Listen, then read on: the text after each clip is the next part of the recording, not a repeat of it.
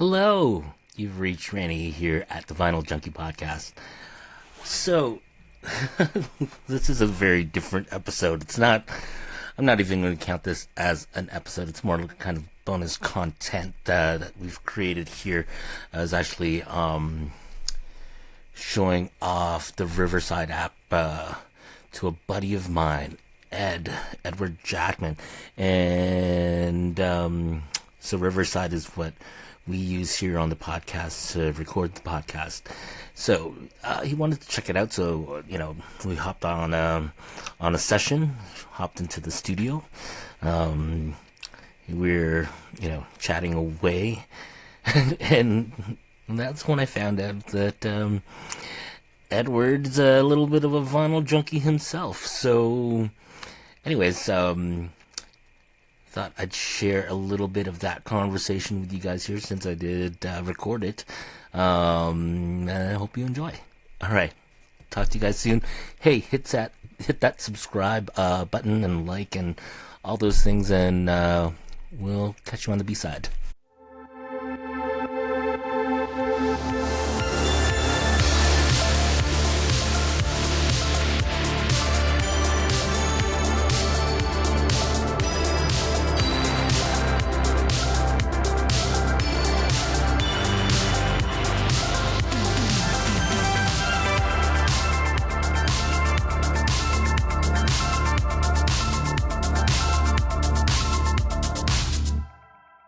I've had a vinyl Instagram account for like over 10 years now. I was very active on it for probably the first 5 or 6 years, and then work got busy and whatnot, and then pandemic happened, and but the idea of doing a podcast was something I wanted to do for a while, and it was always kind of like I wanted to do a vinyl podcast, but not necessarily about the music or about like, oh, this is how you should clean your records or blah, blah, blah. Like, I didn't want to, like, there's tons of channels that kind of cover that kind of content. And I really wanted, me being the early adopter, blogger, community builder that I have been in the past, it's kind of like, it's always kind of been my thing to, share other people's stories on my own platform. Right.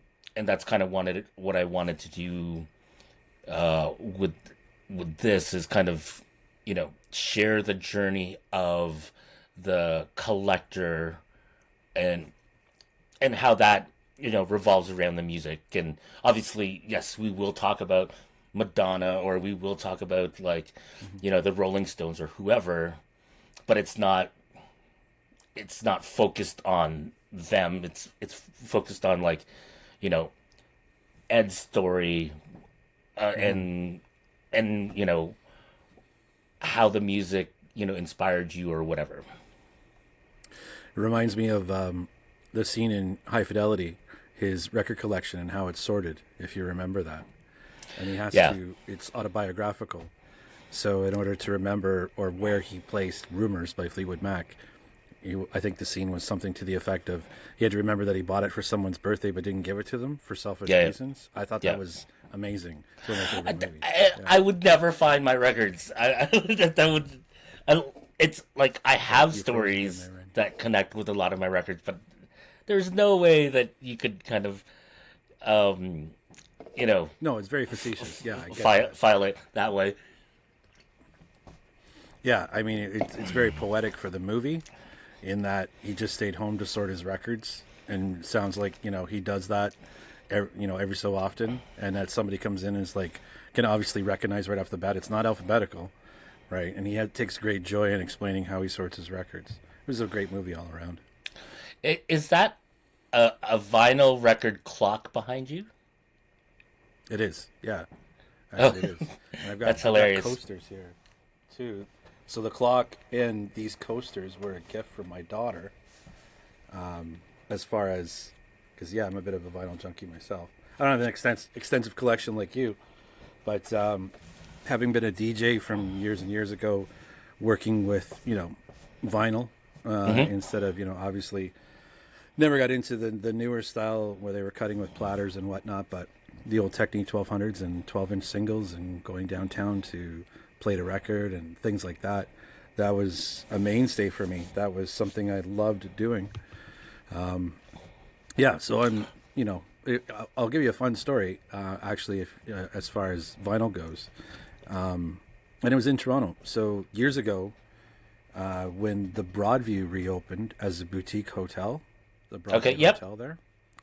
So my wife and I decided we were going to stay the night, and what we didn't know at the time, which was a really cool thing, and I imagine they still do it, is they had record players in the rooms with half a dozen albums, Oh, curated okay. in each of the rooms, and we went through them. There was a Stones album, I can't remember which, but there was Miles Davis, Kind of Blue, and I like jazz. I know jazz. I know of Miles Davis and some Hmm. of the bigger names, but I'm not a jazz freak, if you will. But we really enjoyed the album. We played it, front to back, and just kind of put it away and forgot about it and whatnot. And lo and behold, 7 months later, at Christmas time, my wife and I each buy each other the same album. So now Oh I my have two God, that's copies of that. that's Yeah, hilarious. isn't that wild? Yeah. So she had ordered it. I found it in a local record store here in London, Yeah. but thinking we were surprising each other, we now have two copies of it. So that's kind of a neat little vinyl story. Yeah. Is one kind of a vintage copy and one's a modern repress? It sounds like No, like if they are identical copies. I don't okay. know to what degree, if they're a first release or whatnot, but they are identical copies. Yeah, it's pretty cool. It's always interesting, kind of when because another friend of mine was saying that they had a buddy who wanted to set up a cottage with their old records, and they would rent out the cottage and have the records there. It's like Mm.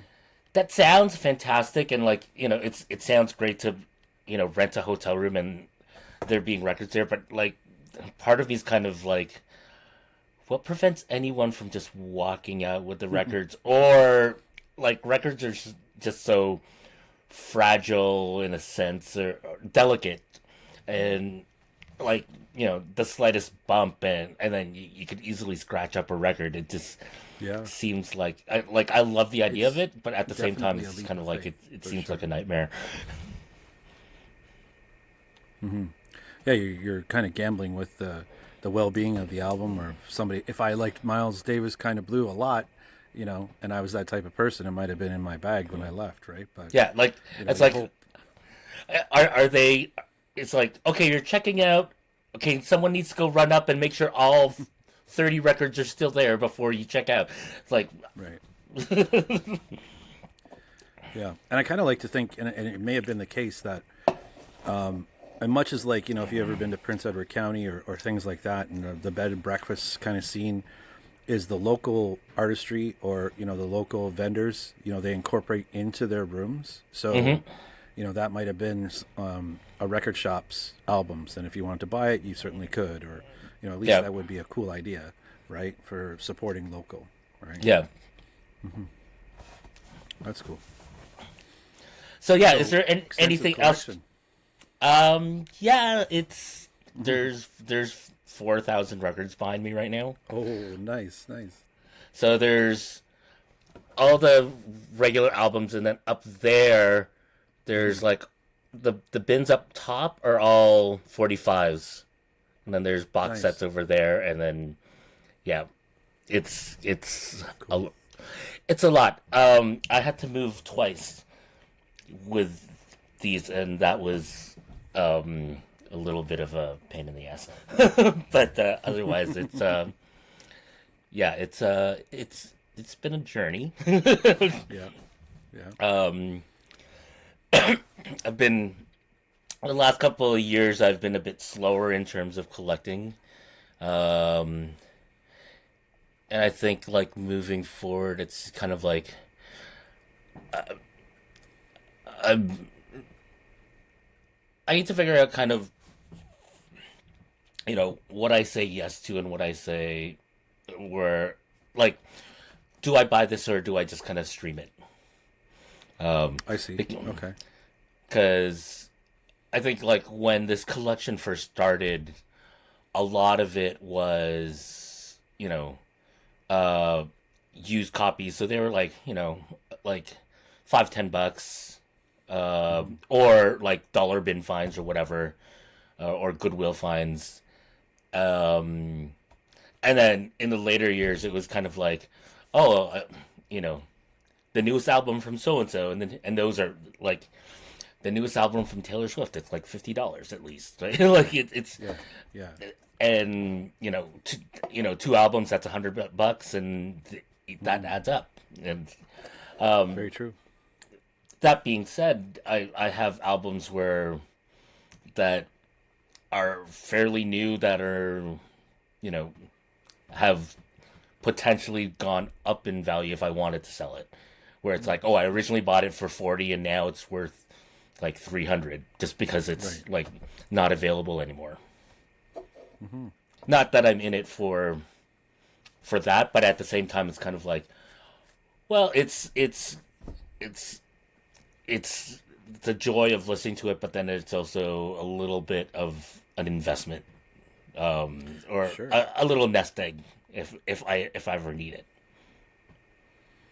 Very cool. Now, do you find yourself doing any thrift shop perusals or hitting your local record store or local guy Um, or girl? the thrift shops, I those kind of finds are Mm-hmm. less these days. That being said, hold on 1 second. I'm gonna grab a Yeah. record.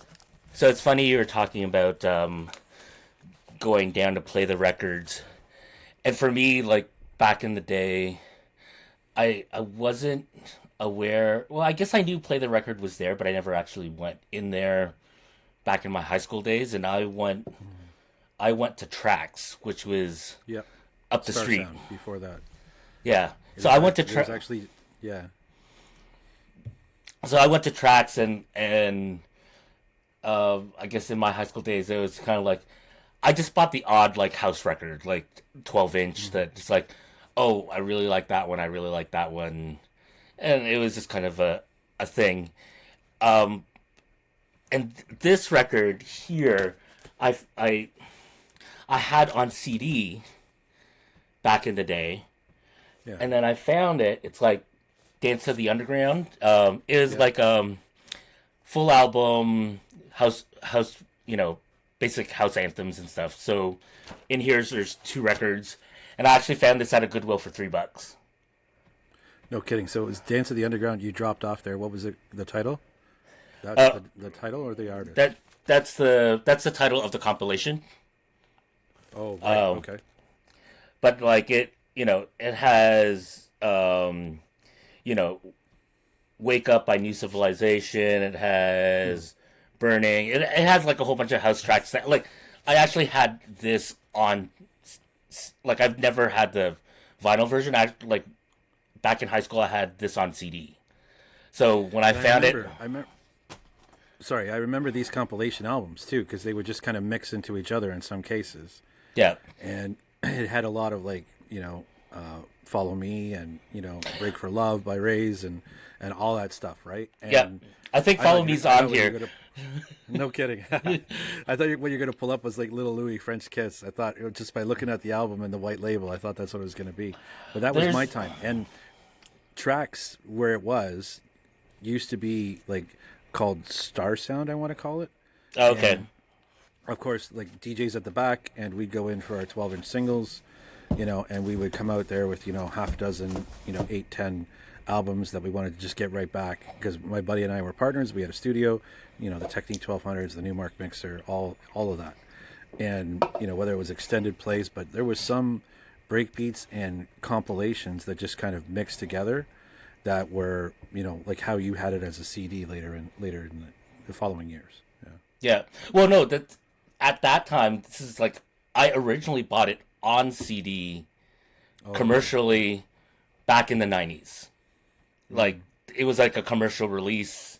So finding the vinyl version now for three That's cool. bucks, Yeah, and it's like two whole records in here for $3. And it's like that's amazing. um so that was like my latest vintage kind of thrift find, but finding stuff like that now is like going to a value village. It's kind of like really picked over, and Yeah. most of the stuff you find there is just kind of really old, or a lot of classical stuff. And Yeah. there are still finds to be had, but it's not um back in 2012, I could go to there's a specific Goodwill that existed um on Dundas West near near Kipling and Okay. Islington. There's up that way, out west. And whenever I would go there, I'd always, leave with like 5 or 10 records. Mm. And sadly, all the Goodwills closed down. So, but that one was particularly good to me. Nice. But yeah, now there's just so like between back then, like in the last 10 years, there's just so many more people buying records now. So like even like the stuff that used to be a $5 '80s record, um, 10 years ago is like a $20 record now. For sure. People know the value of what they have. I think I remember a stat maybe half a year ago or so that, vinyl has come back to the point where it's outselling CDs in some Oh, it it, cases. it, Yeah. it did outsell Yeah. CDs last year. Yeah, exactly. Yeah, so I mean, people, it's kind of the whole way of thrift stores, right? People figure they've got a gold mine, and those rarities are becoming even more rare. I remember one of my favorite thrift store finds, but it happened to be a CD set. Was do you remember the movie Human Traffic, the UK film Rave Culture? It was all the music was done by Pete Tong, and Okay. it was just a bunch of rave kids on the weekend. But one of my favorite films out of the UK, and I found at a thrift store or like kind of a garage sale on a free table a two CD set unopened from that movie, and I was Oh just like, wow. okay, yeah, that's and that's the kind of scores that you're just like you trip over them. Yeah. Yeah, and I think you could I think that you could kind of find stuff like that CD wise still. Like, Yeah. if I were to go to a Value Village and find like a a two CD set of some Ministry of Sound compilation, Yeah. oh, I'd totally pick that up. Mm-hmm. But like vinyl wise, it's you really have to dig, or happen upon someone who has been storing records in their like um in a storage locker for like the last 20 years and finally decided to let it all go. Yeah, an um estate sale or something like that. Yeah. yeah. Cool. But yeah, I think I was lucky early on. There's one find that it was, I guess they were, I don't remember if it was like Kijiji or something. I don't think it was Facebook Marketplace. I don't think that was a thing yet, but literally it was a DJ selling like 3 or 4 crates Huh. of their stuff, Wow. $30. $30. You're kidding. And I was like, yeah, I'll I'll take it come all. right now. And I bought it. I kind of picked through it, kept what I wanted, and then, sold Mm-hmm. off the rest. So it's kind of like, even in terms of reselling that, like, I, that was basically free records for me. Nice. Nice.